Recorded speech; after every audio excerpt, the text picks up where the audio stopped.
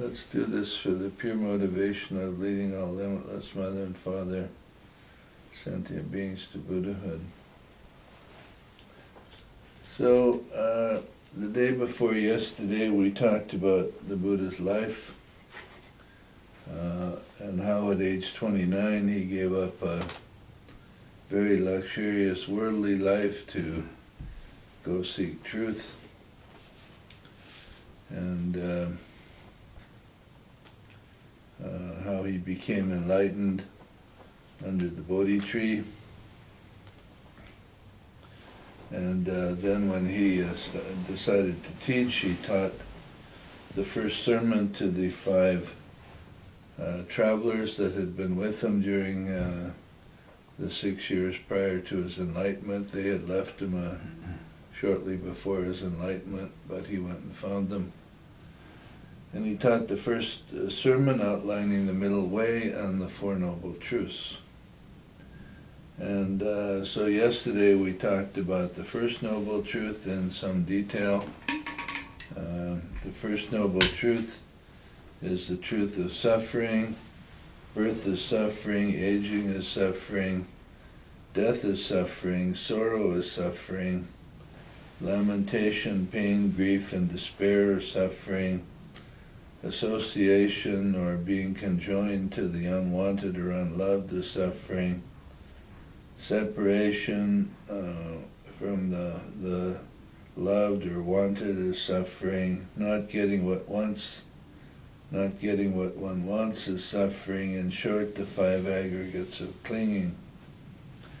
So today we were going to talk about the 5 aggregates because, in short, that's suffering. The 5 aggregates are form, feeling, perception, mental formations, and consciousness. You have a body with a functioning sensory apparatus. So the body is the first aggregate. The data that comes through the sensory apparatus, sight and sound and touch and so on, that's the second of the 5. Then the mind interprets the sensory data. You see something that's green and round and a certain shape and so on, and the mind decides that's a pillow, so you perceive a pillow. Then maybe you have a reaction to that or some mental formation arises. If you're an antelope and you see a lion, a mental formation arises for sure. And then the whole ongoing process, mental formations, results in brain-dependent consciousness. And I call it brain-dependent consciousness to distinguish it from what might be called super-mundane consciousness. That's what they used to call it in years ago. But there isn't really a good word for it because it isn't really consciousness, it's really awareness. But it functions like consciousness. So at the end of your life, your body will die, the sensory apparatus will stop working. You won't have any perception, you won't have any mental formations, you won't have any consciousness because your brain has stopped working. And so if you're totally identified with brain-dependent consciousness, you experience death as passing out. But if you have some experience with higher levels of consciousness, so-called consciousness, through meditation, then you don't experience it as passing out. You move into that realm. But for the purpose of this talk, whenever I say consciousness, I'm talking about brain-dependent consciousness, ordinary, everyday, human, and animal consciousness, not anything beyond that.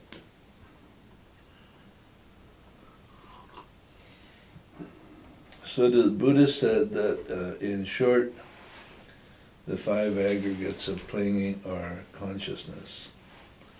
So clinging We are generally 100% identified with the 5 aggregates, the 5 skandhas, so that if the skandhas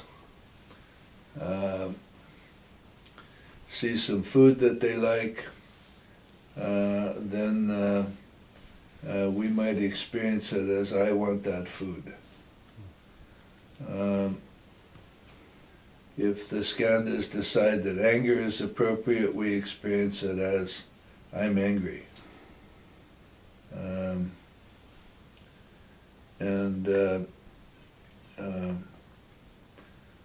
The skandhas operate on past conditioning, and they have a very different set of values than you and I.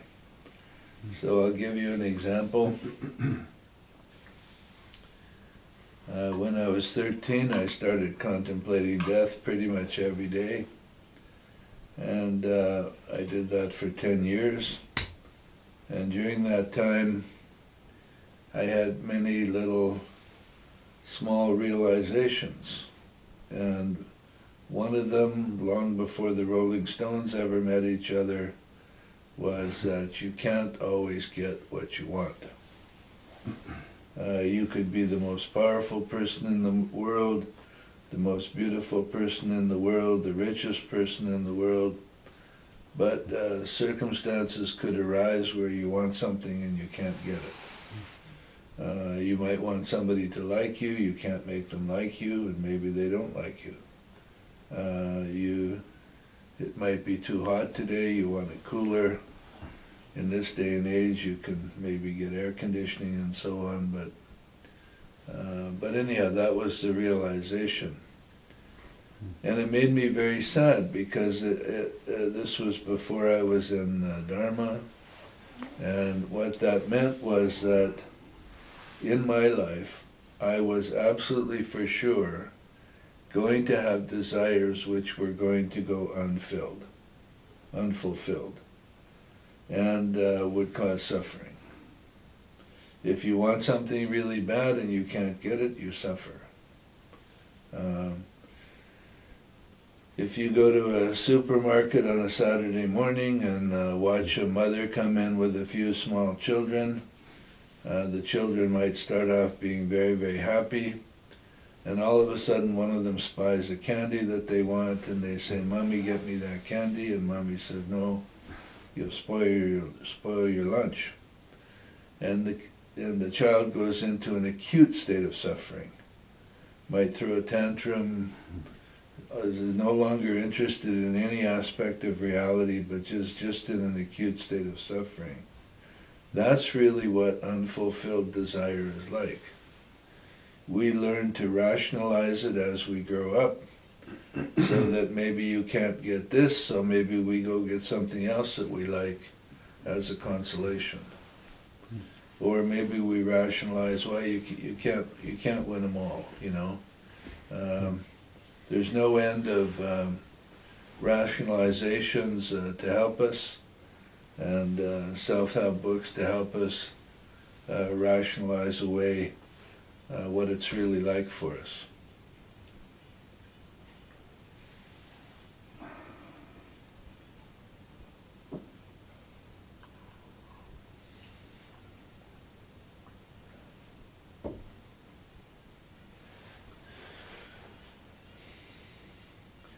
So when I had the realization you can't always get what you want, it made me sad.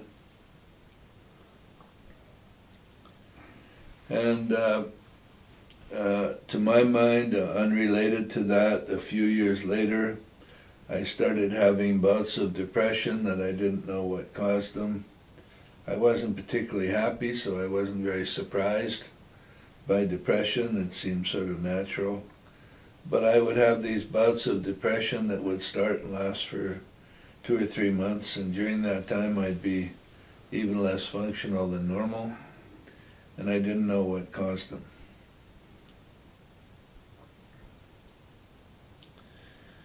So fast forward a few years later, in the late 60s, I was a monk in Thailand and I was meditating full time. And I reached at one point a state of clarity where it felt like my mind was clear like a perfect diamond. I called it diamond consciousness. And mindfulness was nearly perfect.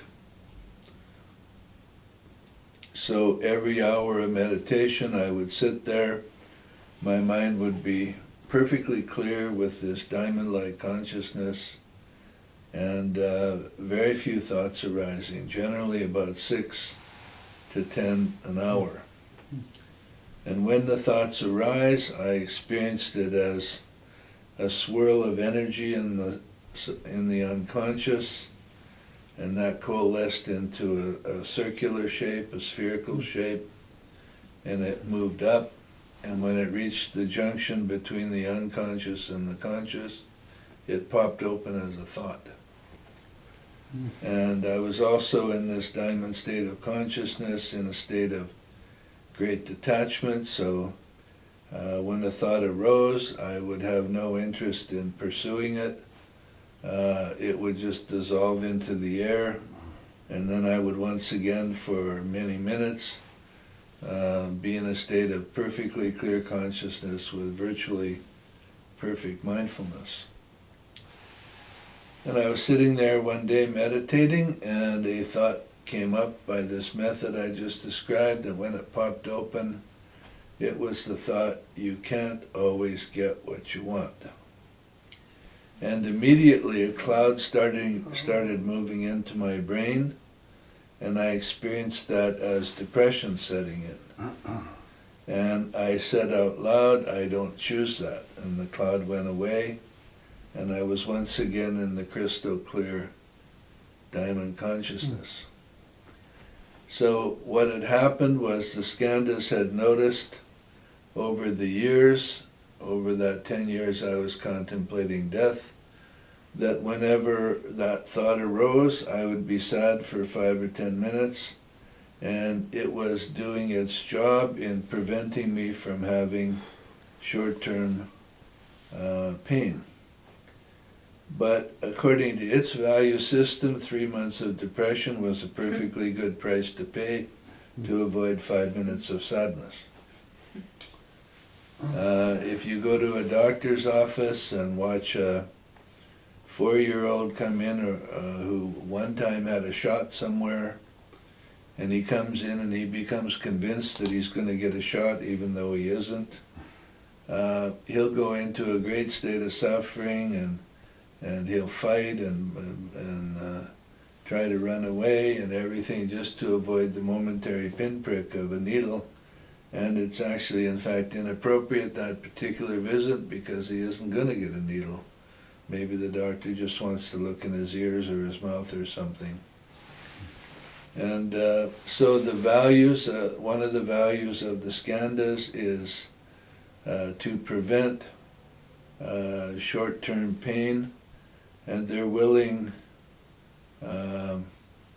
if you gave the Skandhas a choice between short-term pain that would prevent 6 months of pain and disability, they would choose the 6 months of pain and disability, as long as they didn't have to do the short-term pain. That's their value system.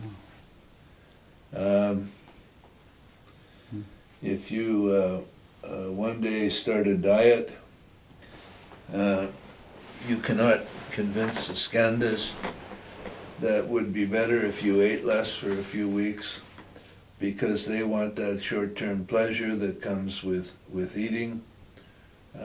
So they will make arguments, well, I'll just have this piece of cake and I'll start my diet tomorrow, or whatever, anything to get the short-term pleasure.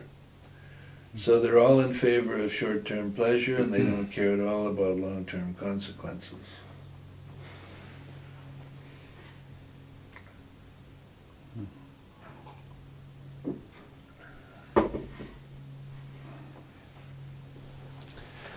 And their values are conditioning. So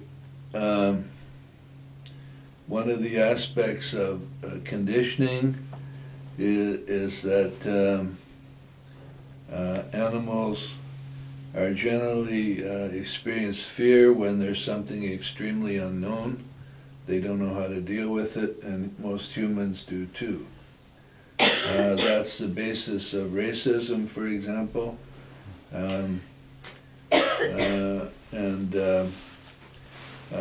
You see somebody who looks different, and the Skandhas tell you danger.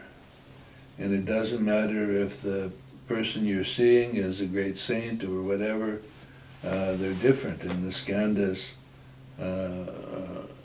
suggest fear and fleeing. The Skandhas don't care much about individuality.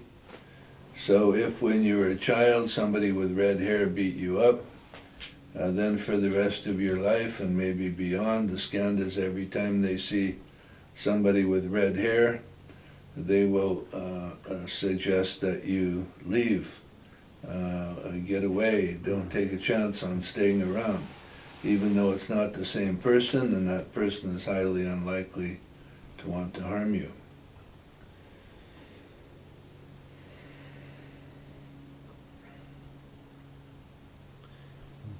If you were to fall off of a cliff and survive, then anytime you were around heights, the Skandhas would suggest fear, don't take a chance on going to the edge, you might fall, whereas it might be perfectly safe to go to the edge and take a look. And somebody who hasn't had that conditioning can go to the edge and take a look and enjoy it.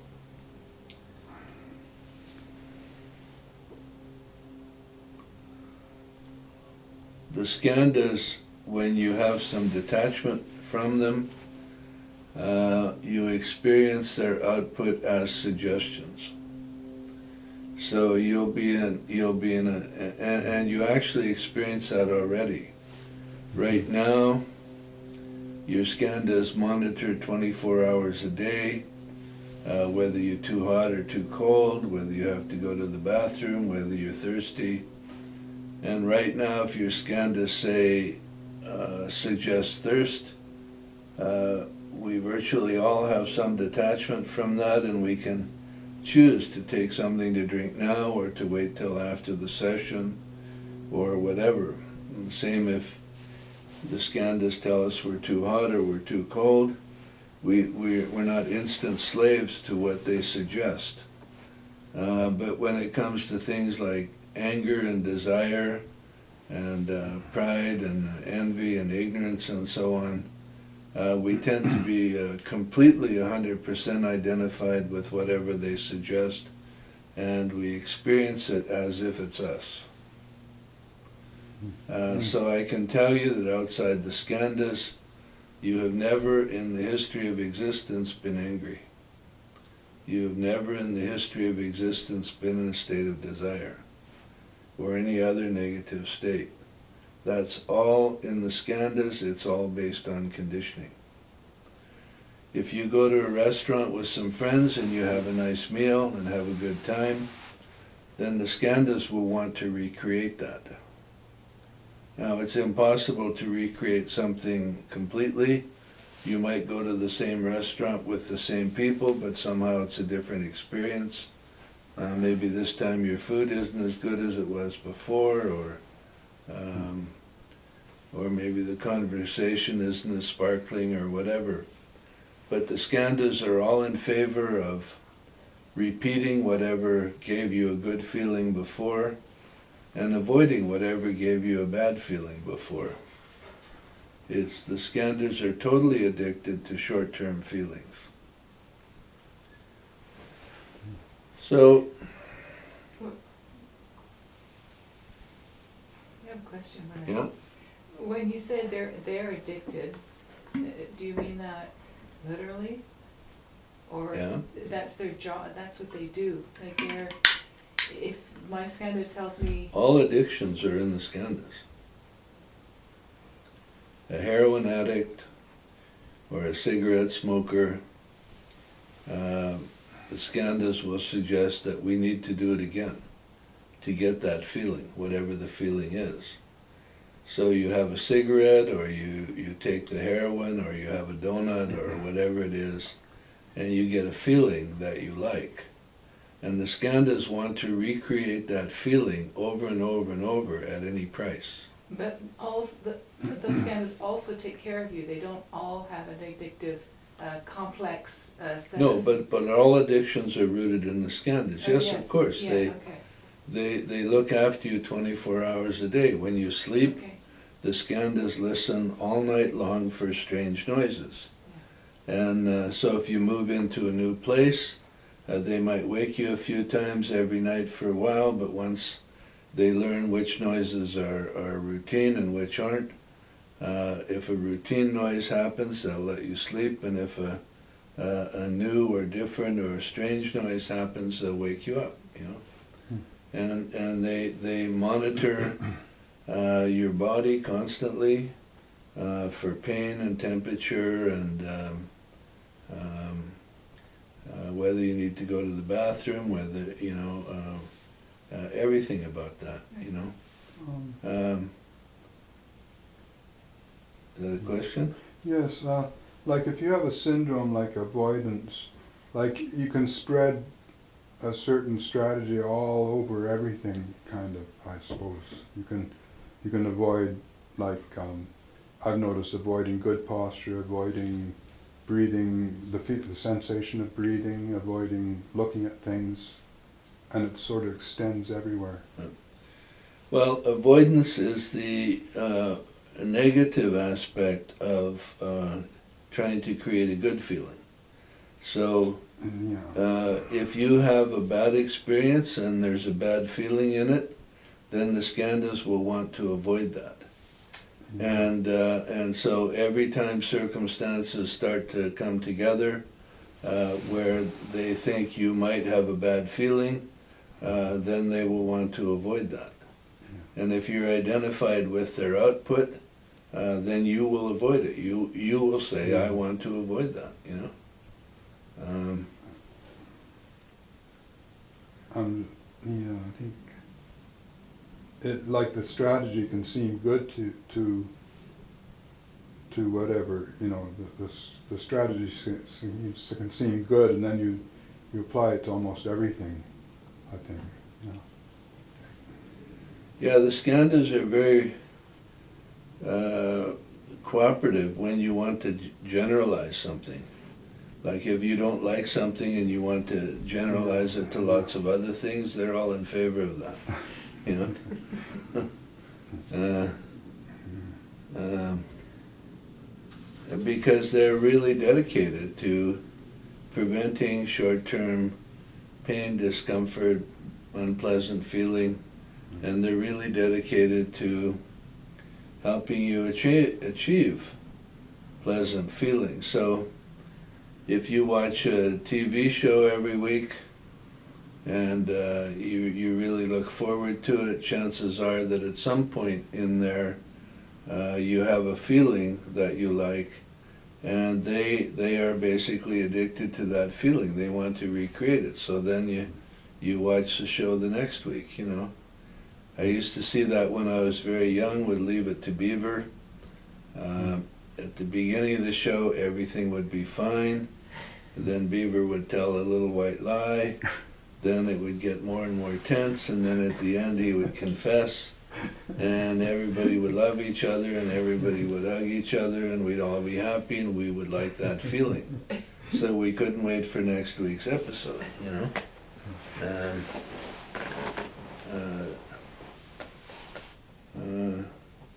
If you go for a walk and you have a pleasant feeling while you're doing it, then the Skandhas will want you to go for walks. It's all pervasive. Yeah. So,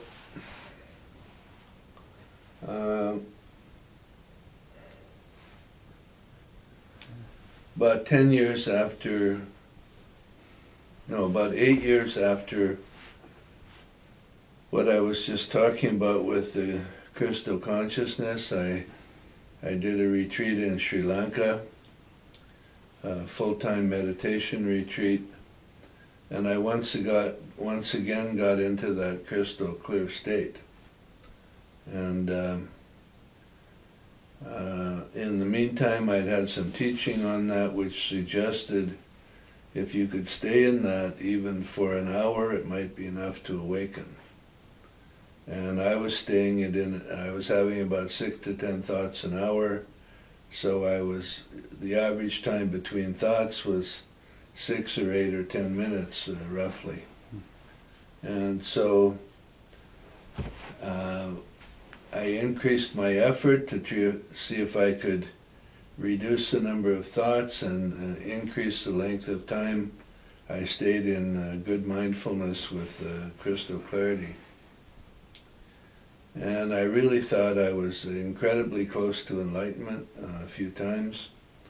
And I thought if I can just stay in that state a bit longer, enlightenment will happen. And then my visa was going to run out, and so I had to make a choice whether to stay and meditate one more day and the following day leave the country, or whether I should take that day instead, go and renew my visa, and come back and meditate for another 10 days or 2 weeks. So I did that. I went into Colombo, renewed my visa. I came back expecting to go right back into the diamond clarity. But while I was in Colombo, I was exposed to some worldly things that aroused lots of ferocious formations in my mind. And I couldn't get the diamond clarity back. So for 10 days I sat there and watched my mind without that much mindfulness play with these various things that I'd seen and create fantasies and daydreams of how it could be for me and so on. And so my chance of awakening went down to pretty much 0 or less. And on the second last day I was there, these daydreams had formed into a repetitive pattern. I couldn't find any way to get any detachment from them. They just had taken over my mind. And I was sitting, we did a group meditation every evening at 7 outside, and I had a particular pillar that I used to sit against, and there were bugs and spiders and everything everywhere. But I went and sat against this pillar for the 7 o'clock session, and immediately my mind was busy with all these ridiculous thoughts. And all of a sudden I felt something on the top of my head. I had my head shaved, and it was about this big around. What it turned out to be was a giant spider. It had a body about that big. And but I could tell from the points of contact that that's probably what it was. And instantly my mind became what they call one-pointed. Completely focused on that, with no distracting thoughts whatsoever. And the spider, and I had my eyes closed, and the spider moved down and stopped over my right eye. And I knew from medicine that if he bit me in the eye, I would go blind in that eye, because all spiders have venom, and the eye is quite sensitive to that. And so I just remained in a perfect state of relaxation, perfectly focused, but I didn't allow myself any reaction, no fear, nothing, no impatience, because any negativity the spider might then attack and bite. So after 2 or 3 lifetimes, he moved down a little ways, and stayed on my shoulder for a while. And I was sitting cross-legged on the ground. He went down my bare arm and off. And once he was off me, I opened my eyes just to be sure what it was. It was a big spider. And I closed my eyes, and instantly these fantasies and daydreams started again. And in the next instant, I subjectively experienced myself leaving my body. so that I was about 6 feet to the right, and this physical body and its sensations and its perception and its mental formations and its consciousness was separate from me. In other words, I was completely separate from the 5 aggregates. Do you see what I mean? And I didn't have a body out there, but I identified with that, not with this. And also there were no boundaries. And there was absolutely no sense of self. There was happiness. There was a great, great feeling of peace. And not a single thought arose. In fact, nothing arose in the mind. So that every once in a while I would move into my body, but I would move back out again. And my visa ran out and I flew to India, went to Bombay, where I was going to meet my brother, and my brother had sent a message that he'd be a bit delayed. So I found a cheap hotel, and I had been planning in Bombay to go for nice walks, to have really good Indian food, maybe go to a few movies, see some live Indian music and all, and I knew Bombay very well in those days, and I could really have a lot of enjoyment there. But in this state of not being in the Skandhas exactly, the thought of doing something for pleasure simply could not and did not arise. So I sat in my cheap hotel room, and once or twice a day, they would bring. They had a very limited room service. They would bring like an omelet and toast or something. So I would have some food set up once or twice a day, very small amount. Have tea brought up once in a while to keep my fluids up. But outside of that, I was completely separate from the Skandhas. And all of the things that happened in the Skandhas did not happen to me. The Skandhas gave up those fantasies and daydreams, and the brain-dependent consciousness sort of settled down, just watching the body, whether it was too hot or too cold and stuff like that. And I just sat in absolute perfect peace, with no thoughts, no arisings, no reactions of any kind.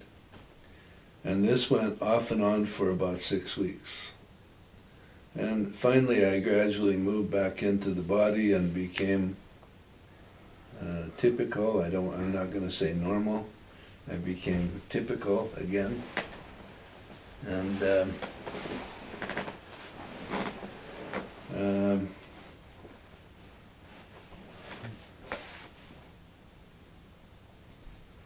later that year, I was in New York City. I was in a hotel room, and the evening news was on, but the sound was off. And New York City has all these ethnic neighborhoods, and there was a dispute between 2 ethnic groups that lived next to each other. And they showed them, but the sound was off, so I didn't know who they were. Each had one group all dressed like each other, had their hair like each other, and had a hat like each other. And the other group all had a different set of clothes and hair and hats and that, but all like each other. So it was 2 groups, they were each different from each other. And I was sitting there watching it, and I was doing something else also. And I noticed that in my mind, hatred was arising for one of the groups. And I was able to remain absolutely, completely detached from it. The Skandhas were generating hatred for one of the groups and not the other. And I found it almost funny because I had no idea who the groups were. I'd never seen them in this lifetime at all. And why would the Skandhas choose to hate one and not the other? So I remained completely detached. The Skandhas put out hatred, and I simply remained detached and watched it. And then within a day or so I had a vision, and the vision is of course subjective. I don't claim any reality to it, but in the vision, the group that hatred had been aroused for, I had been in a previous life a member of that group, and my parents and my relatives had been really mean to me. And what it looked like was the Skandhas were somehow remembering that when you see people dressed like that, they're going to be mean to you and hit you and all of those sorts of things, you know.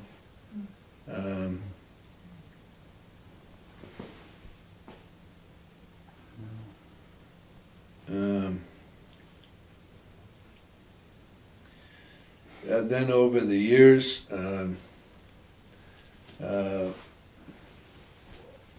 further detachment from the Skandhas has arisen. Sometimes I'm just like I was when I was young. I'm totally identified with the output of the Skandhas. Sometimes I'm completely detached from it, and whatever they suggest, I just view it as a suggestion.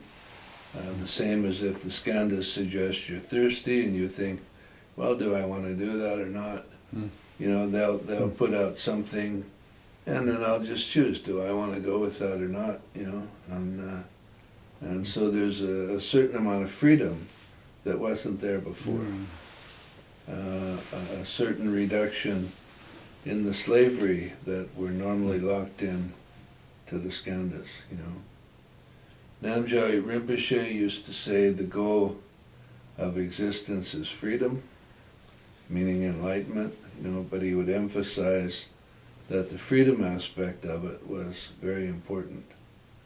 And part of it is being free from being locked into habitual patterns and negative patterns, and being free from being sort of a slave to the Skandhas, in the sense of you give up identifying with them, and you don't have to take everything they say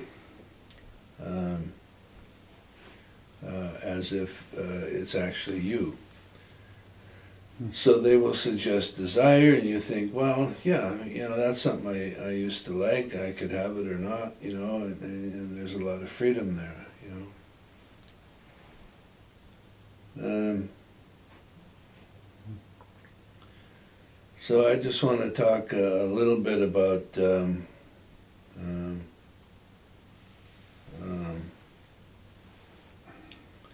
the overview. It's sort of related to the Skandhas.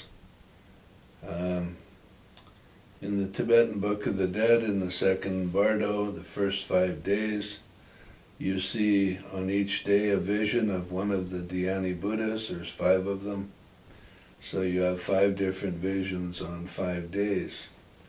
And each of the Dhyani Buddhas represents the perfection of one of the 5 defilements: greed, hatred, pride, envy, and delusion. So on day 4 you see Amitabha, who represents transcendence over all forms of desire. And it turns out that the desire is an energy in the body when it's there, and it's exactly the same energy as the corresponding Buddha wisdom. It just depends on how you relate to it. So I'm going to tell you 1 or 2 anecdotes. One time when I was young, I lived in a place, and there was lots of young people there. We all ate in the same cafeteria, and I developed an interest in a woman. And she had initially been interested in me, but then she settled on somebody else.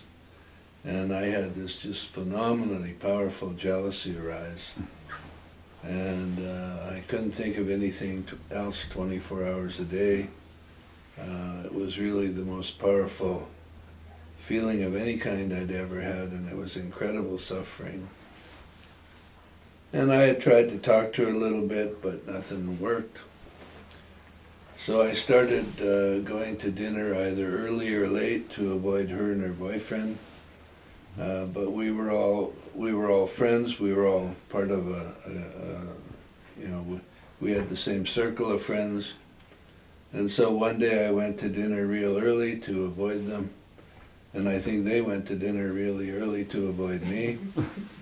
But once there, we all sat at the same table with our friends.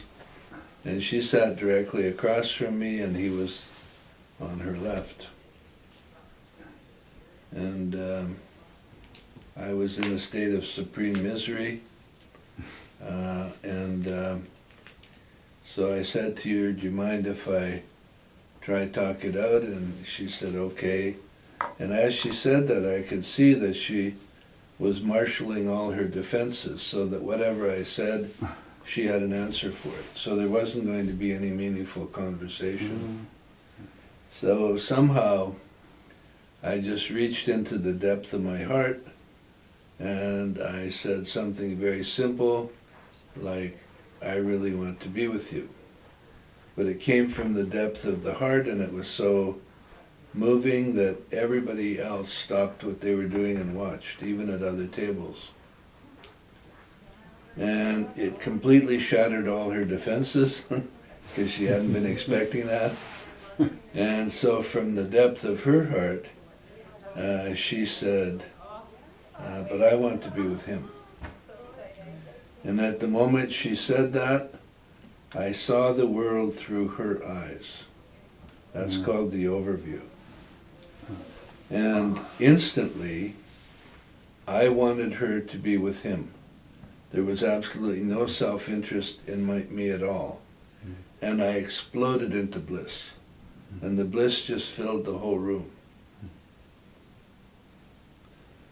So in the 5 days of the Bardo, when you see one of the Dhyani Buddhas, there's a bright light from their heart to your heart, and there's a dull light off to the side. And if there's some energy in you and you focus on the dull light, you will experience it as envy or desire or whatever, depending on which Buddha it is. But if you focus on the heart, you will go into the overview and you will experience it as transcendental wisdom accompanied by bliss.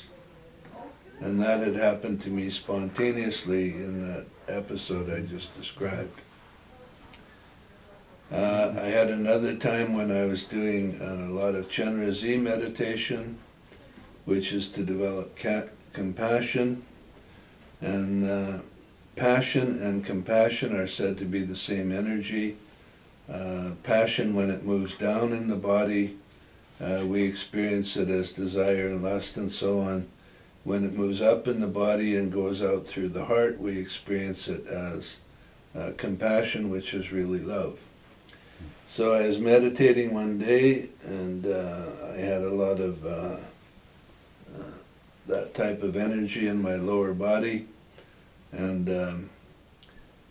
all of a sudden that energy all moved up to the heart and went out in all directions, and it was like falling in love with the universe. It was a very moving experience with long-lasting benefits, and all of the passion energy, all of the desire and all of that was 100% gone. It was the same energy, just moving in a different direction. And so, from the point of view of the overview, in that moment, I was seeing the needs of the world from the point of view of all other beings other than me. And you go into a state of bliss with that, you know. So the Skandhas are all in favor of the selfish view. Hmm. They're all in favor of going into envy and jealousy and desire and all that, because these are the things that create short-term good feelings and help you avoid short-term bad feelings, you know. The Skandhas have some extreme values that you probably wouldn't consider your own.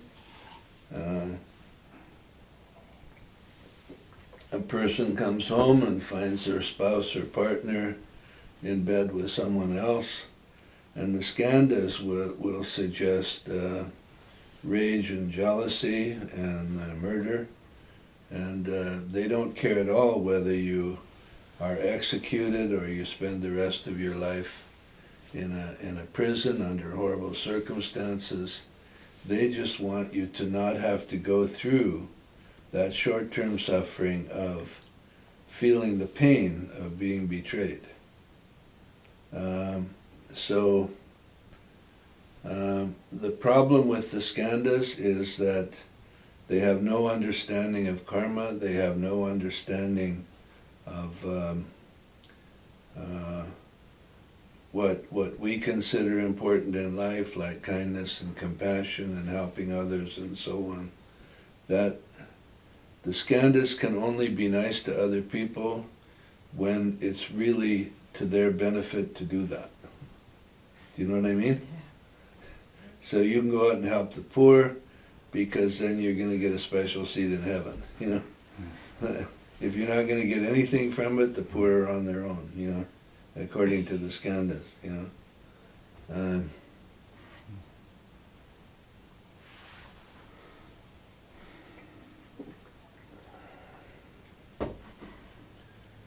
So who do you want to run you? In the animal realm,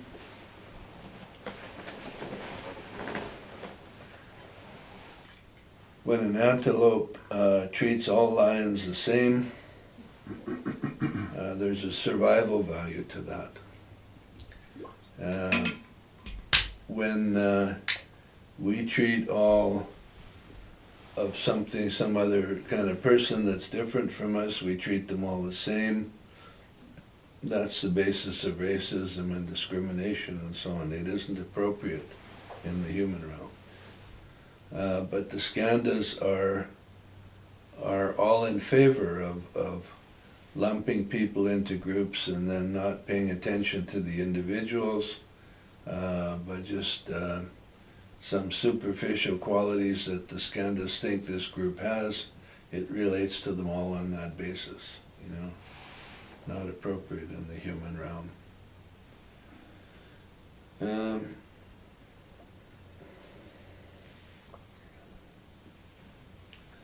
The Skandhas will occasionally get on board on the Dharma path.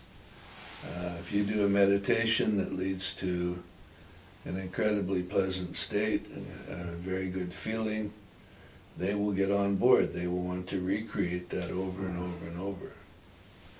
So as far as them getting out of the way as being a hindrance, that's good. But on the Dharma path, you don't want to recreate things over and over. You want to let everything be fresh and new. And if you have a wonderful experience, well, great, you enjoy it, you're happy it happened, but the next day you just move on and not have any expectation that it's going to be good, bad, or otherwise. Right? Right.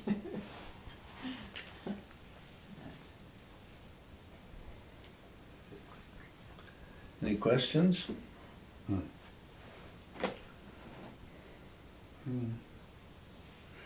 So when the Buddha says that in short, the five aggregates of clinging are suffering, clinging and craving, by the way, are embodied in the Skandhas, not in the real you, whatever that is. The part of me that was separate from the Skandhas had no craving, no clinging at all, not once ever. So an awful lot of the suffering in human existence is because of the mechanism of the Skandhas. The Skandhas are very helpful in the animal realm where beings don't have much intelligence and they need to effectively avoid danger and so on.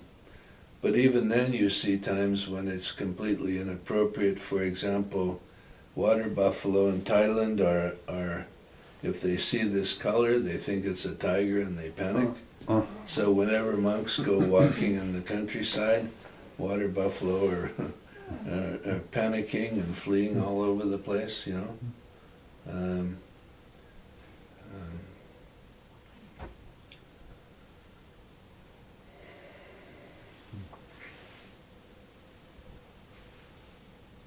No questions? I just, sort of vague, it's not a good question, but something about overview, like the word, like... The overview is expanded, any but- view that's Yeah. not your personal selfish view. Yeah. When my wife left me to go be with somebody else, I happened to be able to see the world through her eyes at the time, and I was happy for her. I wanted her to go do that for her. And how it affected me nothing arose about that. There was no self-interest whatsoever.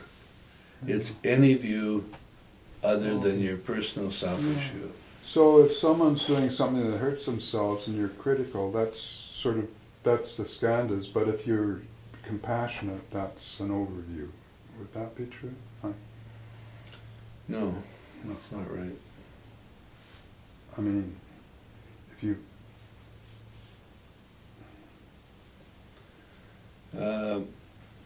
Your version of compassion will almost be sure part of the Skandhas.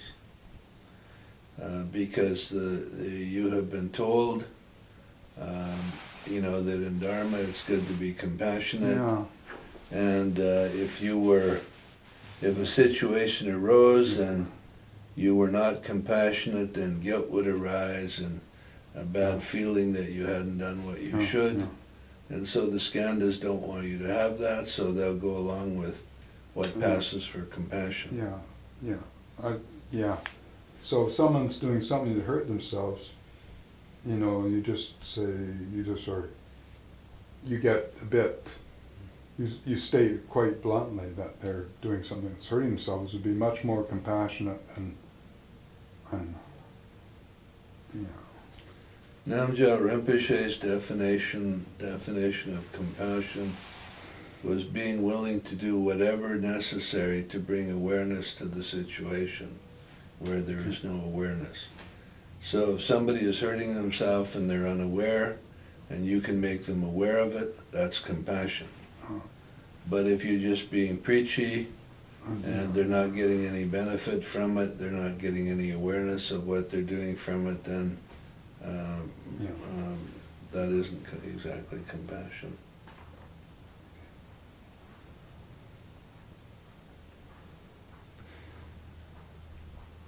Okay, well, let's dedicate any merit from this and from all sources and times to all beings that each without exception attain the ultimate for themselves.